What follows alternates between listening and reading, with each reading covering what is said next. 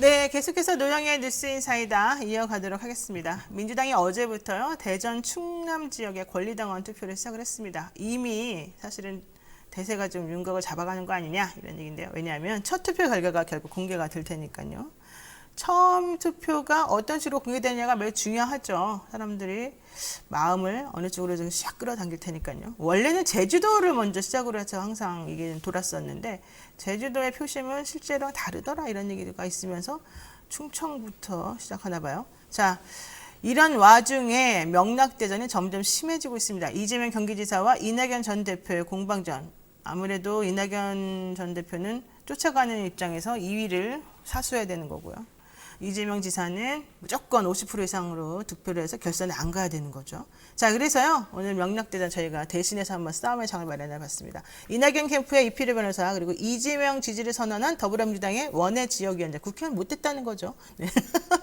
더불어민주당의 원외 지역위원장 양무석 박사 모시고 자세한 얘기 나누겠습니다. 두 분 어서 오세요. 네, 안녕하세요. 안녕하세요. 네, 이쪽에 계신 분이 약간 껄렁껄렁해 보이는 분이 바로 양무석 박사님이고, 이 오른쪽에 계시는 되게 착해 보이는 분이 이필우 변호사입니다.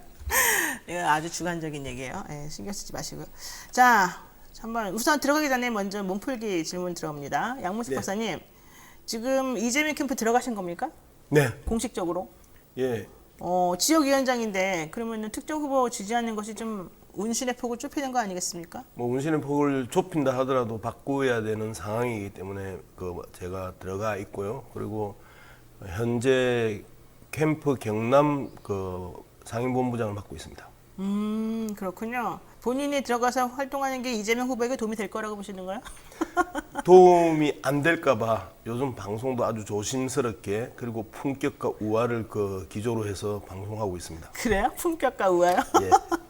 네, 기대가 정말 되는데요. 자, 이필우 변호사님, 이낙연 캠프의 성평등 실천본부 부본부장을 맡으셨다고요? 네, 그렇습니다. 본부장도 아니고 부본부장이네요. 본부장은 더 높으신 분이 하시고. 그래요? 네, 되게 저는 위기질서가 약간- 뚜렷하군요. 그 네, 동네는. 그렇죠. 네. 네. 자, 근데 젠더 이슈가 너무 핫해서 이런 성평등 실천본부 이런 건 사실 좀 부담스러울 것 같은데. 부담스럽죠. 사실 저 자체도 과연 대한민국 남성으로서 성평등에 대해서 얼마나 인식을 갖고 있는가 자체가 사실 의문인 점이고 그렇기 때문에 부담스러운 점이 있습니다. 근데 하나 물어보고 시작하죠. 이낙연 후보와 이재명 후보 젠더 감수성 점수 한번 매긴다면 어떻게 될까요? 전 기본적으로 좀 낮은 점수를 받으실 것 같지는 않은데요. 두 분 다? 예. 근데 이낙연 후보 같은 경우는 기본적으로 품격이 있으신 후보시기 때문에 한 B뿔 정도 드리면 될 것 같고 이재명 지사님도 상당히 공약이나 이런 점을 보면 괜찮으신데 몇몇 발언에 있어서 이게 논란이 되셨던 점을 고려하면 한 C뿔 정도 드리겠습니다. C뿔이요? 예. 젠더 이슈 관련해서요? 예, 아니면 그렇습니다. 전체적으로? 젠더 이슈 젠더 이슈에 관련해서 대해서만? 예. C뿔 받으셨어요? 본인도 옛날에 C뿔 많이 받으셨죠? 학교 다닐 때. 저는 주로 D뿔 그래요? 중심이었습니다. 근데 왜 C뿔 받으셨을까요? 아니 일단 전체적인 이야기들은 그동안에 여배우와의 스캔들을 워낙 집중적으로 공격해 왔고 그럼에도 불구하고 여배우가 제기했던 모든 문제들이 법원에서 다 이 허위로 밝혀진 상황임에도 불구하고 네. 그러한 이미지 인식 그리고 의도적인 공격 이런 부분들을 합하면 굳이 C풀이라고 공격하고 싶겠죠. 네. 전 좀 생각이 다른데요. 네. 그런 부분에 대해서 C뿔을 드린 건 아니고요. 네. 그런 사건이 벌어졌을 때에 반응하시는 모습이 네. 과연 젠더 감수 차원에서 그런 공격적인 측면 혹은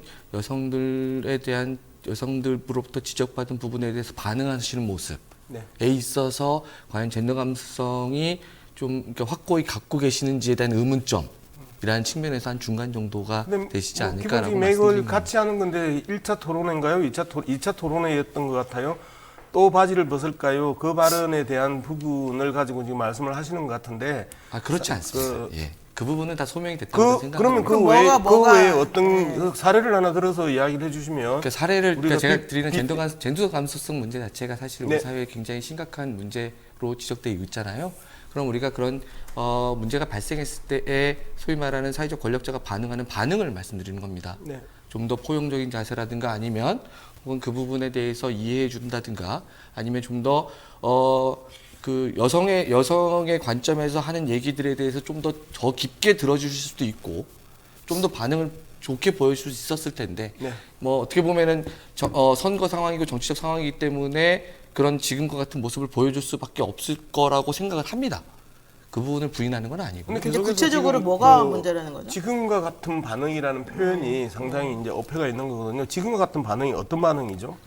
글쎄요, 제가 근데 그 부분들은 다 구체적으로 말씀드리는 게 적절한 건 같지 않아서 구체적으로 저도 같은 말씀드리는 게 적절하지 민주당원으로서 않은 게 아니라 예. 막연히 이미지 공격의 그 측면이 있다. 그리고 구체적 근거 없이 그러한 그 표현들 자체가 막연히 내 생각에 이 오는 그러한 감각적인 측면에 있어서의 문제적인데 구체적인 근거 없이 실질적으로 그렇게 비판하는 것 자체가 늘 우리 토론에 그 있어서 부분에 대해서는 도움이 안 되겠다. 방송을 보시는 분들이 판단할 것 같습니다.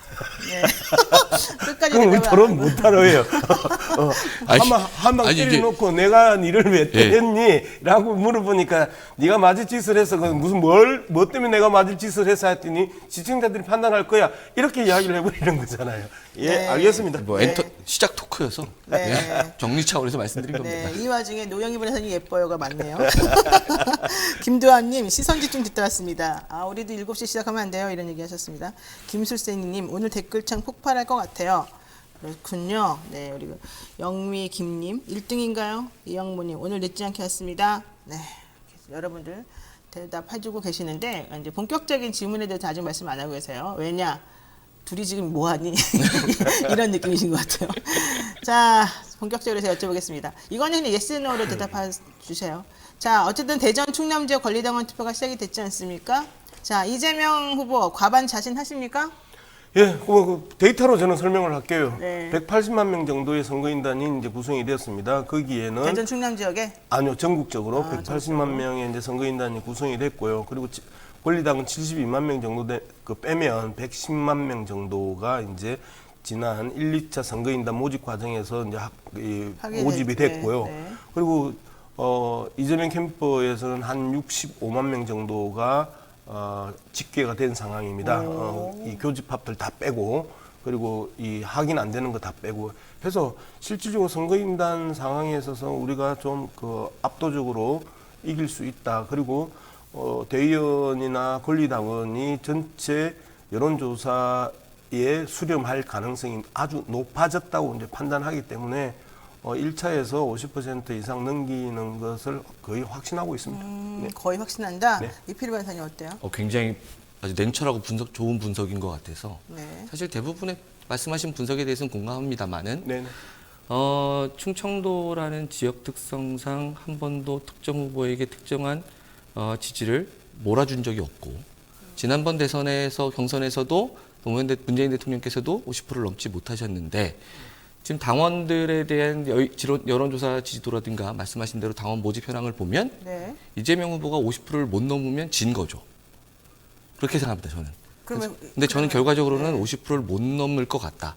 40% 중후반대가 될 것 같고 어떻게 보면은 그런 측면에서 말씀하시는 이런 자신감의 반대로 보면 실패한 캠페인이 되는 게 아닌가라는 측면에서 말씀드리고 그러면 싶습니다. 잠깐만요. 이낙연 후보는 이재명 후보는 50%는 못 넘지만 1등이라는 거예요? 아니면 이낙연 후보가 1등이라는 거예요? 저는 이재명 골든크로스 후보가 같은 1등이라고 생각합니다. 골든크로스는 아, 이재명 후보가 1등이라고 생각한다. 다만 50%를 못 넘길 넘는다. 거니까 그렇기 우리가 때문에 결선 간다. 캠페인은 성공한 것이 아니다. 아, 그럼 라고 결선 생각합니다. 가면은 본인들이 이깁니까? 그렇게 생각하죠. 아, 예. 결선 가면은 위험할 것 같대요. 아니 근데 뭐 전체적으로 이제 이낙연 캠프에서는 저렇게 생각하지 않으면 동력이 안 붙어요. 그리고 실질적으로 바닥에서 격렬하게 운동하고 있는 사람들에게 네. 저렇게 이야기를 안 해주면 거의 주저앉아 버릴 수가 있거든요. 그렇기 때문에 계속해서 네. 50%가 못 넘으면 우리가 이긴 것이고 결선 투표 갈 가능성이 높다 하는데요. 어떤 캠프든지 상층 교섭과 그다음에 하부의 연대들이 다 있을 수밖에 없고 이재명 캠프 또한 다른 후보들과의 상층 교섭을 안 하겠습니까? 네. 그리고 바닥에 있어서는 철저하게 또 연대를 풀어나가는 과정이 있거든요. 얼마만큼 의미 있게 풀어나가느냐인데 이제 핵심은 그거예요.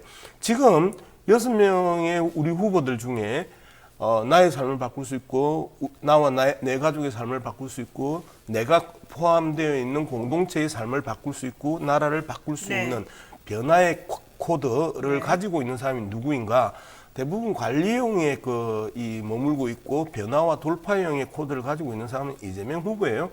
그리고 코로나19 이후에 많이 지쳐 있고 침체되어 있는 국가 전반적인 분위기와 내 주변의 공동체 속에서 변화의 코드는 말 그대로 시대적 요청이거든요. 네. 그러한 시대적 요청에 부합하는 인물이 이재명 지사라고 보는 것이고 그 이재명 지사에 대해서 자연스럽게 많은 국민들이 호응하는 거다. 기본적으로 대충 찍어서 평론하는 게 아니고 현실적으로 밑바닥 정서를 정확하게 캐치했었을 때 시대적 요구와 시대적 변화의 그 갈망들은 이재명 지사를 통해서 투영하려고 하는 게 국민들의 사회 심리적 분위기다라고 저는 이제 판단하기 때문에 이렇게 말씀드리는 겁니다. 네, 그렇군요. 어쨌든 최종 후보 선출까지 한 달 정도 남았고 그렇기 때문에 또 추석이 중간에 껴있고 이러기 때문에 얼마든지 사실은 1, 2위가 바뀔 수도 있다 이렇게 지금 보는 입장들이 있어요. 자, 그러면은 이낙연 후보 측에서는 이제 어쨌든 쫓아가는 입장인데 결과적으로는 결정적인 요인으로 뭐 요즘에 계속 얘기되고 있는 20대 표심을 좀 잡아야 된다 이런 얘기 나오지 않습니까? 근데 이낙연 대표는 20대 여성에게 좀 강하다 이런 또 평가가 있어서 일단 이재명 후보보다는 좀 그런 면에서는 유리하겠다 생각이 좀 들기도 하는데 어때요? 냉정히 말하면 그렇게 저는 민주당 후보들이 20대 표심을 잡는데 유리하다고 생각하지는 않습니다. 아, 너무 냉정해요. 아까부터 보니까. 굉장히 말씀드리면 유리한 것 같지는 않아요. 아, 그러니까 그래요? 물론 20대들 소위 말하는 MZ세대에 바라보는 세상이 기성세대가 바라보는 세상과 매우 다르고 그들의 삶의 기준이 기존 세대와 매우 다르기 때문에 그들의 말과 그들의 생각과 그들의 눈높이로 세상을 바라볼 수 있는 후보가 결국은 20대, 30대 표심을 얻을 거라고 저는 생각하는데 근데 그 민주당의 사람들이나- 근간을 이루는 정치하시는 분들이 그들의 눈높이를 전혀 이해하지 못하고 있다. 저는 생각이 들고요. 조금 더 뭐 이재명 후보든 이낙연 후보님께서든 조금 더 그들의 시각을 바라보시는 분이 저는 앞서갈 거라고 생각을 하는데 네. 20대 여성 표심이 이낙연 후보 쪽에 더 많이 쏠려 있는 이유는 네. 좀 더 안정적인 삶과 그리고 그들을 지켜줄 수 있을 거라고 보이는 사람이 이낙연 후보기 때문에 지지할 거라 생각하고 20대 남성표가 민주당에 적고 국민의힘에 많은 이유는 그들이 바라보고자 했던 세상 혹은 그들이 느끼는 뭐랄까 자기들이 약자라고 느끼는 점에 대해서 대변해 주는 것이 국민의힘의 몇몇 분들이기 때문에 그런 거라고 생각하는데 그럼 민주당 쪽에서도 이재명 후보였든 이낙연 후보였든 그 부분을 말씀하시는 분이 좀 더 20대 표심 많이 얻을 거다.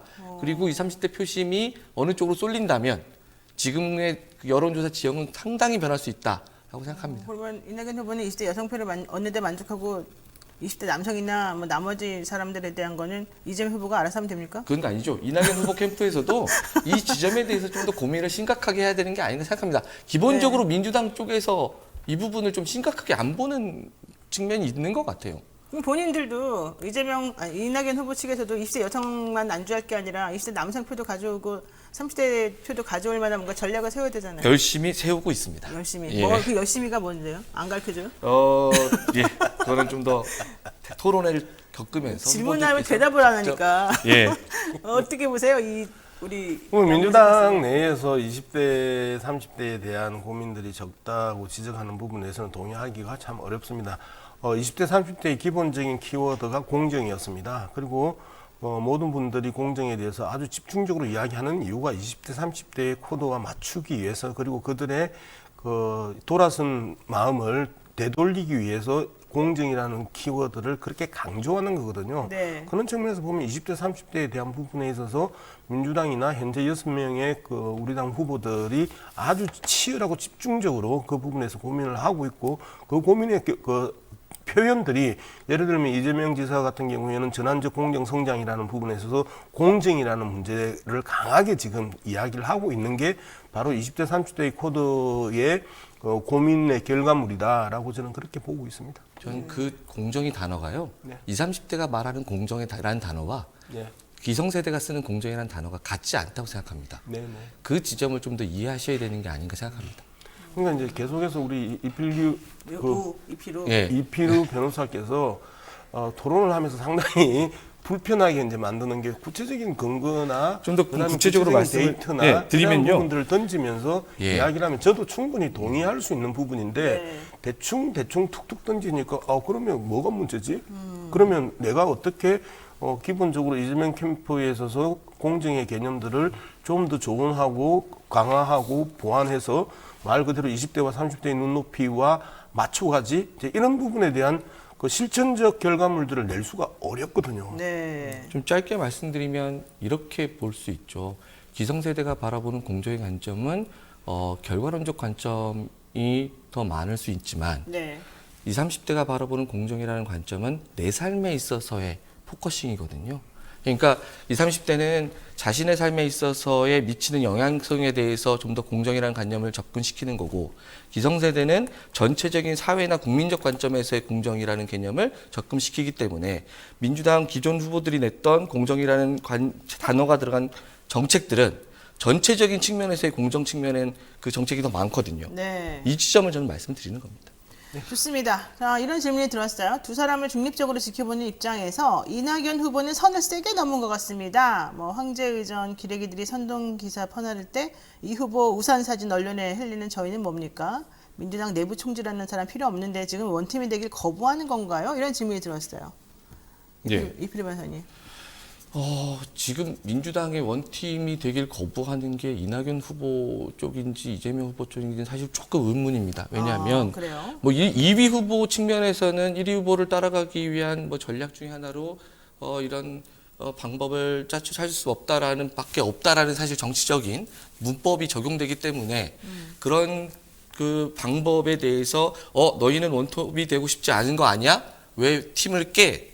라고 비난을 하면 이 후보에게는 사실은 기회가 많이 소멸되는 측면이 있죠. 그래서 네. 그런 비난이 있을 수밖에 없다는 측면이 있다는 건 다 인정을 하는데 네. 전 전체적인 그 지금까지 우리 민주당의 강점은 사실 진보 진영의 가장 큰 관점은 각자 싸우더라도 마지막 순간에 국민에 대한 생각이 드는가 진보적인 미래 가치를 위해서 원팀이 돼가는 녹아 들어가는 것이 사실은 진보 진영의 가장 큰 힘이었고 네. 그렇기 때문에 대선이나 이런 총선이나 큰 선거에서 그 원팀 정신이 발휘돼서 사실상 불리한 정치적 지형, 불리한 사회적 지형 속에서도 불구하고 굉장히 큰 성과를 이뤄왔다고 생각하거든요. 네. 근데 어느 순간부터 민주당 내에서의 그 당내의 모습이 과연 우리가 미래 가치를 위해서 혹은 당의 가치를 위해서 우리가 언제든 용서하고 힘을 합칠 준비가 돼 있는 건지 아니면 네. 나의 이익을 위해서 상대방이 필요하지도 않다 혹은 좀 뭔가 무너뜨리고 가야 되지 않나라는 생각이 있는 건 아닌지에 대한 사실 의문점이 생기고 있습니다. 그래요. 뭐 반론하실 거 없으시죠? 딴 거 넘어갑니다. 예. 아, 정말 소극적이시네요. 양무석 박사님 요즘 왜 이러세요? 옛날이 더 좋아요. 이런 품격과 댓글도 우아. 있어요. 아, 그래요? 품격과 우아라 그러군요. 자, 이거 되게 중요한 질문입니다. 송두환 인권위원장 후보자에 대한 인사청문회가 있었는데 이재명 청문회였다 이런 평가가 있습니다. 이재명 후보의 선거법 위반에 대해서 무료 변론을 해줬던 것이 이제 문제였는데요. 민주당은 뭐 증거 관련성이 없었다라는 얘기도 하고 있고 관례였다. 민변의 변호사들끼리 서로 십시일반 이름 올려주는 거는 일반적인 상황이었다. 이런 얘기도 좀 하고 있습니다만은 이낙연 후보 측에서는 이명박 전 대통령하고 뭐가 다르냐. 삼성에서 그 변호사비 대납해준 뭐 이런 얘기까지 지금 연결시켜서 비난을 하고 있고 특히 송두환 인권위원장 후보자는 헌법재판소 재판관을 역임했던 사람으로서 사실은 대법원에 올라가는 그런 상고 이유서에 이름이 들어가는 게 매우 또 중요하거든요. 변호사도 다 알겠지만. 그래서 그런 정도로 중요한 인사가 이름 그냥 단순히 하나 올린 것 이렇게 치부해서 이걸 그냥 말 것이냐 이런 얘기가 있어요. 어떻게 보세요? 선을 넘었다. 원팀에 대한 기본적인 그 준비를 안 하고 있다. 그리고 나중에 불복할 수도 있는 것 아니냐라는 비판을 받는 게 이제 이낙연 지사 측의 전 그 대표 측에 대한 그 일반적인 유권자들의 생각이거든요. 네. 말 그대로 이명박 씨가 삼성으로부터 변호사비를 갖다가 대납 받았다라는 거, 뭐 이런 부분을 비유하는 것 자체가 네. 이 판 깨겠다 이렇게 읽을 수 있는 충분한 개연성이 있어요. 첫 번째, 송두환 인권위원장은 문재인 대통령이 임명을 했습니다. 네. 그리고 청문 채택 보고서까지 여야가 합의를 해서 올렸습니다. 그리고 그분이 분명히 이야기를 하죠. 무료 변론이 기본적으로 영란법에 위배되지 않는다, 예외 조항이다라고 이야기를 분명히 합니다. 네. 그리고 민변에 있어서의 기본적인 관행이다. 그리고 우리는 여러 가지 그 주요 정치적 사건들을 보면서 많은 변호사들이 대규모로 서명을 해가지고 3심 재판에 이 서면 자료를 보내는 것들을 많이 봤습니다. 이러한 전반적인 것들을 평가했었을 때 두 분이 변호사이기 때문에 잘 아시겠지만 이러한 부분에 있어서 대납 의혹들을 제기하는 것이나 이명박과 비교하는 것 자체가 선을 넘는 거다. 그리고 이제 결정적으로 윤영찬 의원이 실수를 합니다. 네. 변론 과정에 있어서 비용들이 엄청나게 들었을 텐데 재산이 증가했다라고 네네, 하는 부분들이 맞아요. 말 그대로 관보에서 충분히 알 수 있는 내용이고 의도적인 왜곡 아니냐. 그러면서 결정적인 실수들을 했고 거기에 대한 비판들이 일어나자 계속해서 이제 다시 무료 변론에 대한 부분들을 집중하면서 프레임을 또 잘 바꾸려고 그럽니다. 결국은 자승자박의 이 악순환을 네거티브의 과정에 있어서 이낙연 전 대표 측 캠프가 계속 저지르고 있는 거죠. 선을 넘지 말라고 계속해서 말씀드리는 거는 네. 이러한 허위 사실들을 유포하고 그다음 의도적인 왜곡들을 풀어내면서 이낙연 캠프가 계속 쪼그라드는 악순환의 수렁에 빠졌다, 이렇게 네. 평가할 수밖에 없는 거죠. 그러니까 지금 이낙연 캠프에서 이 지사의 재산이 선거법 수사 재판을 거치면서 오히려 증가했다, 이제 이런 주장을 내놓으면서 뭔가 조금 부적절한 중간 과정이 있는 것처럼 지금 사람들에게 비춰진다, 이런 네. 얘기였어요. 근데 이재명 캠프 이거 허위 사실 공표니까 사과해라, 뭐 이런 얘기 지금 나오고 있는데 어떻게 보십니까? 일단 먼저 말씀드린 것처럼 네. 이명박 대통령 사례에서 든 거는 문제가 되는 것 같습니다. 네, 좀 그렇죠. 부적절하도 보고요. 네. 굳이 거기까지 사실 갔어야 같지도 되나? 않은 거잖아요, 네, 그거. 네. 거기까지 같은 얘기가 아닌데 사실 네. 좀 멀리 간 것 같고요. 몇 가지 체크를 하면 재산 문제는 2019년, 2020년, 2021년 넘으면서 조금씩 증가하셨는데 2020년 신고 당시에 그러니까 약간 채무를 누락하시면서 이게 확 줄었다가 다시 신고하시면서 약간 변동이 생겼어요. 그래서 최종이 얼마가 신고됐는지가 약간 불분명한 측면에서 약간씩 늘었다, 이렇게 아마 윤영찬 의원님께서는 뭐 1,000만 원, 2,000만 원 이렇게 늘었다라고 인식하신 것 같더라고요. 왜냐하면 기사를 찾아보면 쭉 그렇게 나오더라고요. 네. 그래서 그 부분에 대해서는 그러니까 이런 거죠. 집값이 올라서 누르고 예금 내려갈 수 있는데 이걸 비교해서 구체적으로 정리하지 않고 전체적인 기사만 놓고 보면 그렇게 인식할 수 있으니 그 부분에 대해서는 뭐 허위 사실까지는 아니라 하더라도 뭐 이재명 캠프 쪽에서는 문제 제기할 수 있는 것 같은데, 네. 근데 이 무료 변론 사건 자체는 사실은 저는 무료 변론 할 수도 있다고 생각하는데 네. 좀 이재명 캠프 쪽에서 이거에 대해서 소명할 때는 좀 잘못 실수하신 게 아닌가 생각이 드는 게, 첫 번째는 뭐냐면 노무현 대통령 때도 그랬잖아요. 100여 분이 같이 무료 변론 참여해 주셨습니다. 네네. 근데 그리고 우리 변협에는요, 무료 변론을 위해서는 무료 경유증을 사용합니다. 네. 그래서 제도를 만들어 놨습니다. 그럼 우리 송도한 후보님, 인권위원장님께서 무료 변론 경유증을 사용했는지가 사실 전 좀 의문이거든요. 네. 근데 그걸 사용하지 않았다면 청탁금지법이 만들어지기 전에는 사실은 이렇게 무료 변론을 하는 변호사들이 계셨어요. 그렇기 때문에 문제가 아닌데 청탁금지법이 만들어진 뒤에는 이러한 케이스가 정말 선의에 의한, 정말 좋은 뜻에 의한 무료 변론이고 그냥 이름만 올려드린 거라 하더라도 네. 충분히 논란이 되고 문제가 될 수 있는 지점은 맞는 것 같아요. 그게 청탁금지법의 취지의 무형의 이익이라고 보여지는 거고. 네. 더군다나 법조인 사회에서는 사실은 송도한 인권위원장님 정도 되면 네. 그 도장의 가격이 사실 매우 비싸죠, 비싸죠, 사실. 그리고 그 도장 하나 받고 싶어 하는 사실은 변호사들이 굉장히 많죠. 하지만 어렵죠, 받기.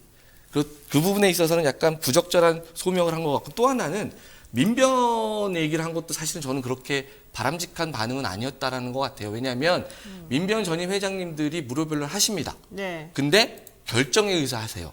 민변 내에서 의사결정을 통해서 이 사건, 예를 대표적인 게 뭐냐면 양심적 병역 거부 사건에서는 민변에서 의결을 해서 전임 회장들이 다 대변인단으로 들어갔어요. 네. 근데 이런 케이스가 아니라 그냥 개별 사건에 대해서는 사실은 이렇게 의결하지 않고 들어가는 경우는 그렇게 많은 건 아니어서 좀 이 점에서, 그러니까 이 자체가 문제였다기보다는 소명이 좀 문제가 아니었나라고 생각합니다. 근데 이제 이번 이야기를 정리를 하면 송두환 인권위원장이 잘못했다, 무형의 이익을 노렸다, 지금 이렇게 정리할 수밖에 없는 거거든요. 네. 근데 실질적으로 그렇게 평가할 만큼의 송두환 인권위원장의 기본적인 그 품성과 삶에 대한 태도가 그런가, 그리고 그렇게 비판할 수 있을 만큼 쉬운 사람인가, 이 부분이거든요. 앞서 말씀드렸던 것처럼 여야가 청문 보고서를 채택을 했단 말이에요. 네. 그리고 문재인 대통령이 임명을 했단 말이에요.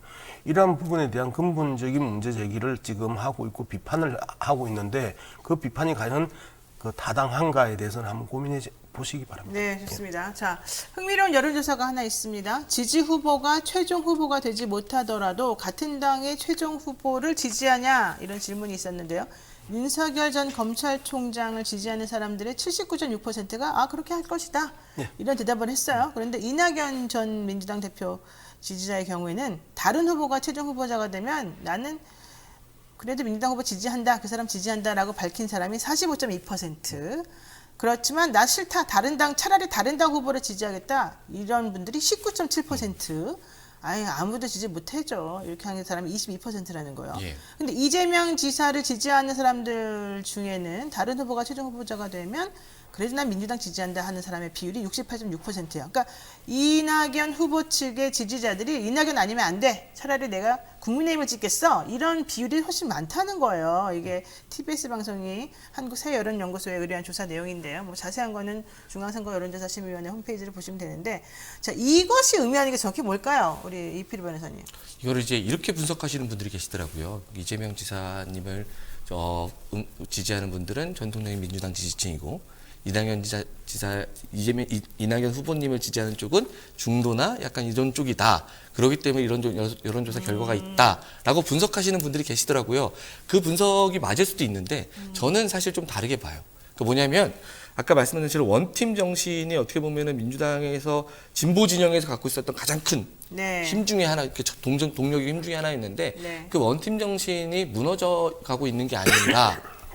라는 측면이 보이는 거고, 사실 저는 이 여론조사 결과가 굉장히 우려스럽고 좀 걱정되기도 하고 한편으로 좀 슬프기도 합니다. 왜 우리는 언제부터 이게 갈라서 갔지? 그러니까, 근데 특히 저 같은 경우는 어떻게 보면 친문보다는 비문 쪽에 가까운 사람인데 네. 또 불구하고 이걸 바라면서 좀 슬프다는 생각이 들었어요. 우리가 그러니까 사회와 국가의 발전을 위해서 뭔가 진보를 위해서 함께 뛰었던 사람들인데 왜 이렇게 갈라서게 됐을까? 라는 측면을 한 번쯤은 지금에 있는 6명의 후보 모두가 조금 진지하게 한번 성찰을 하는 시간이 된 게 아닌가. 왜냐하면 우리의 목표가 단순히 당 대선 후보로 뽑히는 게 아니라 정권을 계속 이어가는 게 목표잖아요. 그렇다고 한다면 이 지점에 대해서는 1위 후보가 됐던 2위 후보가 됐던 6위 후보가 됐던 조금 더 한 번쯤은 왜 이런 여론조사 결과가 나왔는지를 각 캠프에서는 좀 심도 깊게 토론을 해봐야 되는 게 아닌가 생각합니다. 그걸 제가 질문 드린 거예요. 예. 본인 캠프에서는 왜 이렇게 나온 것을 어떻게 하겠냐고요. 제가 분석하는 걸 말씀을 드리면요. 네. 이제 어떻게 보면은 한때 우리가 전체 하나의 원팀이었고 네. 다 모두가 친문이라는 네. 이름으로 함께 활동을 했었잖아요. 네. 그 친문이라는 게 분화되기 시작하면서 네. 어떻게 보면은 이재명 지사님은 친문보다는 비문 쪽에 계셨던 게 보이기에는 일단은 네. 평가는 그랬던 분이지만, 그런데 이게 분화가 되면서 서로에게 어떻게 보면 상처 주는 말들, 상처 주는 행동, 상처 주는 뭐랄까 고소고발, 명예훼손 발언들을 지속적으로 1인 미디어나 이런 방식을 통해서 반복해 오다 보니 그 골이 좀 깊어진 게 아닌가 싶습니다. 그렇게 일단 두리뭉실 대답입니다. 예. 이 부분에 대해서는 이제 경선이나 선거에 대한 부분에 대한 본질에 대해서 우리가 천착해야 되는 거예요. 선거는 아름다운 선거, 아름다운 경선은 없습니다. 처절하게 이기기 위한 그 처절한 싸움일 뿐이고요. 그리고 이 과정에 있어서 민주당이 먼저 격렬하게 지금 논쟁을 벌려가고 있는데, 기준이 지금 윤석열이잖아요. 윤석열이 78% 정도 지지하는 사람들이 또 바뀌면 하겠다는데, 국힘당의 본격적인 경선이 이제 어제부터 시작이 됐는데, 이 경선 과정에 있어서 우리보다 훨씬 더 격렬하게 싸울 겁니다. 그리고 그러한 지지의 이탈들은 눈에 보이게 크게 나타날 겁니다. 그래서 지금 기준이 윤석열 지지자들이 갖고 있는 후보가 바뀔 때 78% 정도가 그 후보를 따르겠다라고 하는 부분들은 네. 이후 과정에서 지켜보면 우리보다 더 심각할 거다. 크게 문제될 것 없다. 저는 이렇게 그렇게 생각합니다. 보시는군요. 저희가 간단하게 의견을 살펴드리면요. 이낙연 후보에 대해서는요. 네거티브 하지 마세요. 이것 때문에 오히려 문제되는 것 같습니다. 이런 얘기 하고 계시고 한마디로. 이재명 후보에 대해서는 변호사비 솔직히 까시고 제대로 좀 얘기하시면 되지 않겠습니까? 뭐 이런 얘기 하시는 분들이 있습니다. 이번에 총도한. 변호사비를 깔 수 없는 거죠. 기본적으로 네. 그 변호사들의 사생활의 문제가 그 직결되어 있기 때문에 네. 뻔히 알면서 계속해서 변호사비를 까라고 하는 그 이낙연 캠프 측의 요구 자체가 네. 말 그대로 인권에 대한 그 감수성이 상당히 부족하거나 안 그러면 뻔히 알면서 의도적으로 정치적 공격만에 집중하는 거다. 이렇게 평가할 수밖에 없는 거 아닌가요? 좋습니다. 자, 노영의 뉴스 인사이다. 지금까지 양문석 공공미디어 연구소장 그리고 이필우 변호사와 함께했습니다. 오늘 두 분 말씀 고맙습니다.